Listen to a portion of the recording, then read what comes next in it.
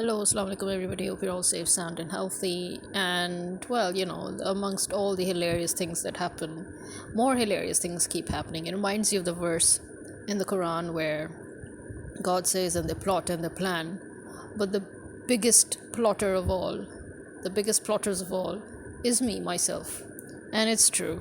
I mean, look, as we all know, the CPEC, the China Pakistan Economic Corridor that was being made, in which the Middle East and Europe were all going to be, they were all going to benefit from it, basically. And India had a problem with it because India could not be a part of that corridor, nor was it allowed to be, nor did it make sense for it to be in any case until and unless the Kashmir issue gets resolved. The fact that Middle East was also in it, and the whole of Central Asia was in it, Europe was going to be in it, everybody was going to be in it, so this was going to be a huge trade. Um, you know you could say it was a huge benefit when it came to trade between Asia and Europe, along a cheaper route, more direct and cheaper route, which is always Pakistan. Now, India had a problem with it, America had a problem with it. Anything that would make Pakistan independent, powerful, and once again, um, a truly sovereign state, that is something that India and America would never allow.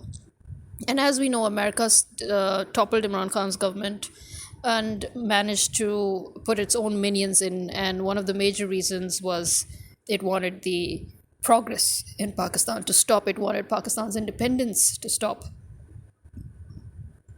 And because of that, it wanted Gwadar's CPEC project to stop. So now, in opposition to that, India and America decided that why not we make our own corridor that would benefit India all the way to Israel, and India would connect to Middle East all the way to Israel and Europe, and it would convince Middle East to be part of that corridor. It is really funny the way India is always copying Pakistan in one thing or the other. And it's very funny how India always tries to undermine Pakistan. I keep coming back to, the World Cup, which I would remind you again. The World Cup the Cricket World Cup that was supposed to be hosted in Pakistan. India sent agents to attack the Sri Lankan team. The Sri Lankan team said it out loud that they knew who the culprit was, and that they would stay in Pakistan. But the European countries and the other countries, they ganged up on both Pakistan and Sri Lanka, and they forced Sri Lanka's team to to say that okay, to say goodbye to Pakistan and to go back to Sri Lanka. And then they very conveniently made India the host, and India has since then earned a lot. Not only that, there has been a lot of match fixing. As we know, the World Cup that was won by India, in which Sachin Tendulkar was, the captain. The reason why Pakistan was forced and blackmailed and threatened, and they used the Muslims of Kashmir and the Muslims of India as hostages and threatened Pakistan. And our prime minister, Zardari and Gilani, Zardari was then the president, and Gilani the prime minister, specifically went personally to the match to make sure that Pakistani team lost. So everything was always given to India without merit. India never earned a single gain in its life, which is very, very sad, actually. As sad as it is that Pakistan is always undermined and it is always deliberately screwed up with by other countries, it is just as sad. Seriously, both to me are sad situations. The fact that India could earn all of that on its own, it could prove itself, but no, it has never once earned anything that it has achieved as a country, neither politically, nor economically, nor as a global market, and neither in cricket. I mean, it's pathetic. And similarly, it's equally pathetic that Pakistan has been forced always and every single time to bow down to be subservient, just to, just let everything be taken away by India or by America or by, any other country that wishes to. It's pathetic that Pakistan's real achievements are always taken away from it. The fact that even now, I mean, it's so laughable, it's so pathetic. It's absolutely. I mean, it's like, are we actually like fighting with kindergarten kids here? I mean, American government and Indian government are the most immature governments I've seen in my entire life. I have never seen kids so immature as much as I've seen these governments. They are so immature and they're so pathetic. They're so petty and they're so moronic. It's pathetic, okay? Sorry, but it is pathetic. I mean, America acting like a kindergarten kid, India acting like a kindergarten kid. Oh, we're not going to let Pakistan get good grades. Oh, we're going to tear its paper up. We're going to, oh, we're going to scribble on its exam. Oh, we're going to steal the stationery. I mean, seriously, grow up, grow up, you two. You know, I mean, and Israel is like that. That I'm sorry, but I'm gonna say it. Israel is that fucker, that rapist that goes around and swings both ways. It doesn't matter, and anything on two legs, and it's gonna screw it. It's gonna fuck it. It's gonna rape it, you know. So that is Israel, So you've got a psycho rapist, and you've got two kindergarten kids, and these three have teamed up. Sorry. But I mean, seriously, what is wrong with you people?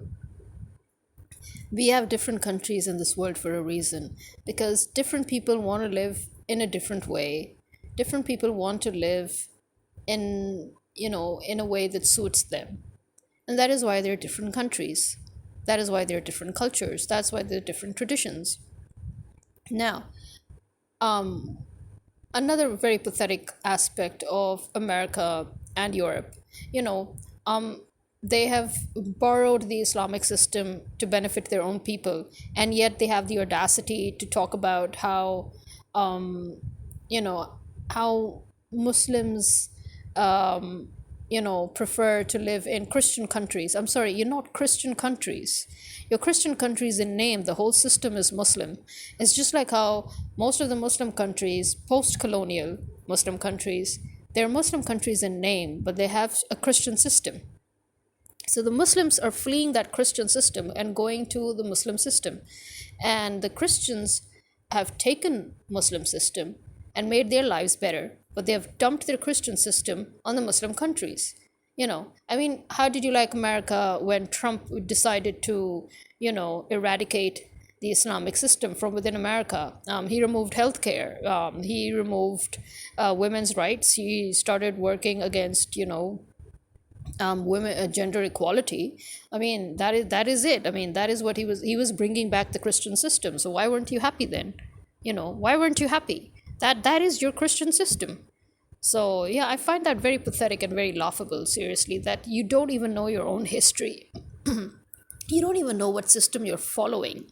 I mean, in today's age, to be so ignorant, it's amazing. It's amazing how ignorant people are in today's time and age.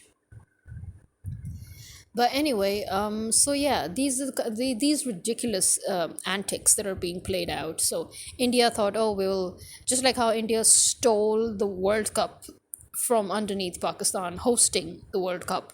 And then they stole the World Cup itself from underneath Pakistan. And now they want to steal the economic corridor. So every benefit should be given to India. So much for being American allies. As I've said before, America has no allies, okay? All those who are officially on paper allies of America, they are actually America's colonies or America's slaves or America's servants or America's scapegoats, right? America is, as I said, just continuing the job of Britain.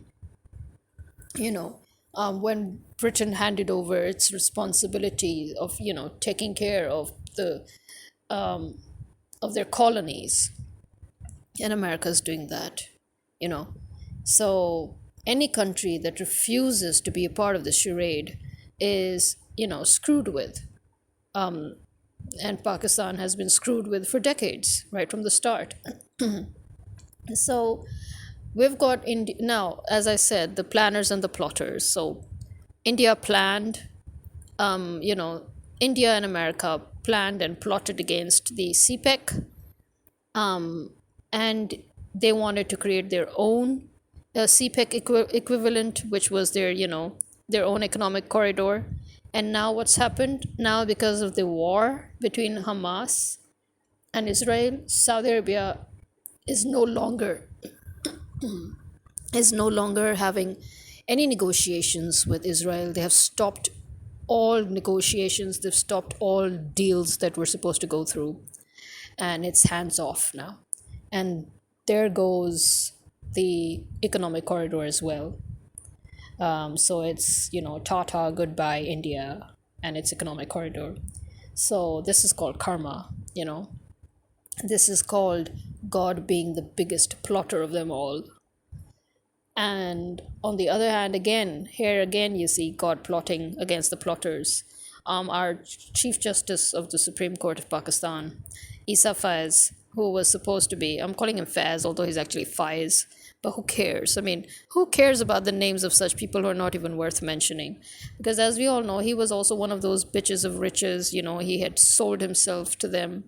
And he was, he thought that he was being, actually, when he broadcast the whole trial on TV, and when he was being very cocky, and he said that he's going to, broadcast the whole trial live on TV. That was basically him showing Nawaz Sharif, who's not in Pakistan, and showing the American establishment that, hey, look, I'm finishing the game off for you. I'm wrapping things up for you. I'm tying everything in a bow for you. And it kind of backfired very, very badly, very, very badly. Why? I'm putting it in very, very simple layman's terms. Basically, they were, talking about the Procedurals Act, right? And there were three clauses that they were looking into.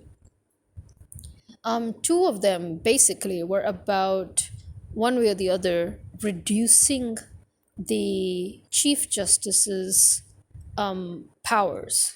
The fact that the Chief Justice of Supreme Court was literally running a one-man show, as we have seen today, the result of that, which, led to the downfall of democracy in Pakistan right now, the toppling of Imran Khan's government and all. It was, the Supreme Court was heavily involved in this whole chaos that ensued. So, limiting the powers of the Chief Justice of the Supreme Court. Two of those, clauses, they were accepted. So, in other words, it was a majority decision by the panel of judges to reduce the Chief Justice's power. Okay? And now the third clause was about, the effect of this act should be backdated. So, in that, the majority of the judges voted against it. They made a decision against it, which is a wise decision, because you can never create a new clause and then say that it supersedes, past dates. You can't do that. You can't backdate something that you've enacted now. If you enact a law, or if you enact a bill starting from today, its implementation is supposed to be starting from today, or starting from a recent, a near future week or date. But you can never say that, I am creating this new law, and, it's going to affect the past. All the past decisions made will now have to be reopened, and, they'll have to be questioned, and they'll be put to trial all over again. You can't do that. Unless it's a very specific, a very, very specific law, usually pertaining to crime, as in, for example, if you say that, okay, there's no longer statutes of there's no longer a statute for murder. So it means that it doesn't matter how long it takes. Whenever the murderer gets caught, he needs to be punished, right? But if you say that this will also pertain to previous crimes of murders where the murderer hasn't yet been caught, then yes, that is acceptable. You understand? Because, first of all, even though the crimes were committed in the past, but the murderer hasn't yet been caught. Hasn't yet been caught. So yes, it makes sense if you say that, this law is going to be enacted and it's going to, include all previous acts of crime in this particular criteria. So, but in this case, they were thinking that, they'll backdate it, and in that case, they would say that all the previous cases against Nawaz Sharif will also be included, which means that those cases will be cancelled out and withdrawn. And but that majority of the judges voted against. They're like, no, past cases will still remain open. Past decisions will not be affected. There will be no appeals. And this clause can be enacted from today onwards, but not it cannot include past cases. So that went against Nawaz Sharif, and that went against the Chief Justice, because he actually voted in favor of backdating, and he was amongst the minority. I'm sorry, it's just that I've got a bit of a throat issue. It happens usually. So that's why my voice is a bit, I'm sorry about that. But so as I was saying, this is another, plotting and planning that went sideways. This again shows that God is the biggest plotter of them all, because Imran Khan actually comes out victorious after this decision. And the judges now have nowhere to hide because it was all streamed live. It was all broadcast live. So Nawaz Sharif's whole plan, where he was going to work out a deal with the Saudi prince, that, okay, you help me, you support me, you pour in money in the name of investment in Pakistan, while I become prime minister for the fourth time, which actually is constitutionally illegal. And and I will make sure that Pakistan recognizes Israel, which again, remember, is one of the major reasons why Imran Khan's government was toppled, because Pakistan was being forced to accept Israel. So now the Indian economic corridor is out of the question at the moment. It's in tatters before it could even start. The project is out the window at the moment because of the whole Palestine-Israel war. And then on the other hand, because of that war, again, Nawaz Sharif's deal, his proposition is in tatters before it could actually be laid out properly. So Nawaz Sharif's return to the country is getting more and more difficult. Why? Because, again, the Chief Justice the decision of the majority of the bench has voted against withdrawal of all cases, against Nawaz Sharif, of money laundering and corruption. So we've got these three things happening, all these three things converging to the point where America's control over Pakistan's politics and America's control over Pakistan's future or sovereignty is loosening its grip, because things are going more and more in favor of Imran Khan every single day. Anyway, the public has very openly declared animosity towards all those American minions, especially Nawaz Sharif, who they were going to stage for the fourth time. People literally blackened Nawaz Sharif's face on the posters in Rawalpindi and in other cities, and then they shared it on social media that look, we're blackening his face. This is what we think of him, And then people have even said it to Mariam Nawaz's face that we don't want you here, we don't want your family here, you're all thieves, we don't have time for you. And that is why all future public gatherings have been cancelled after the latest debacle, the latest drama that just happened, of that failure again, the latest failure at Toker. So, all future public gatherings are now cancelled because they know nobody's going to come. And they're actually, I mean, according to their plan, they're now saving all that money for when Nawaz Sharif comes back. And then, they'll do the huge gathering or whatever, or ceremony for him.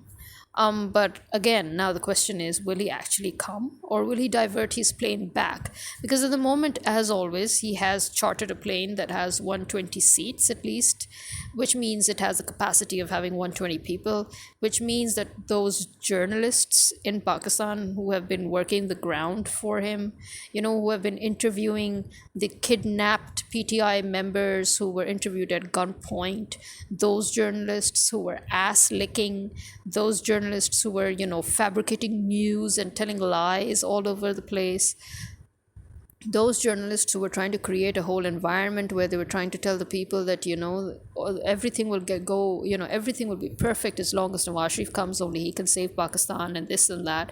All of those journalists are hoping that they would go to the Bay, stay there, meet up with him, get a few parties going on, enjoy life for a few days, and then come back with him in that chartered plane to Pakistan. But again, will he come to Pakistan? That is the question. How long will America sustain its grip on the world, on being a dawn of the global mafia? How long will Europe and America continue to enjoy looting and plundering other countries? How long will they continue to enjoy the benefits of converting their whole society into an Islamic society while forcing their neo colonies to live their you know pagan Christian traditions and have that pagan Christian tradition. By pagan, I'm saying pagan slash Christian, okay? Because that is what is going on in most of these post-colonial countries, is that now they have a mix, a melting pot really, of their old pagan cultures with the weird Christian system that was brought in by the Europeans. So again, forcing their colonies to continue to live with those old barbaric laws while they themselves are enjoying the Islamic system. So that is also a big question. How long will that go on? How long will they be able to survive that hypocritical society that they have? I mean, I'm calling it hypocritical because yes, they are being hypocrites, where their mass is actually thinking, oh, we're a Christian society. You're not. You're a secular society that is founded on Islamic system. You want Christian society? Once again, I'll refer you to Donald Trump. He was bringing in the Christian society. Why were you so unhappy? That is the question here. So yeah, let's see how much more plotting and planning will go on, and let us see when the world war that actually America started through the Gulf War, decades ago. Let us see when that world war will actually full-fledgedly start, which I'm thinking is very soon, quite soon, sooner than we think. Because no matter how much the world tried to resist it, America has shoved it down us, in the form of Ukraine versus Russia, and then at the same time, Palestine versus Israel. At the same time, you have African countries up in arms against Europe for looting and plundering, especially France. And then within France, you've got this whole protest scene going on, and then in Pakistan as well. So, yeah, I think we should get ready for a full-fledged world war, which is obviously not going to benefit America, even though America started this war thinking it would benefit it. But actually, to be very honest, it is not going to benefit America or Europe, just the contrary. So, food for thought. Food for thought here, guys. This is me signing out. Khuda Hafiz.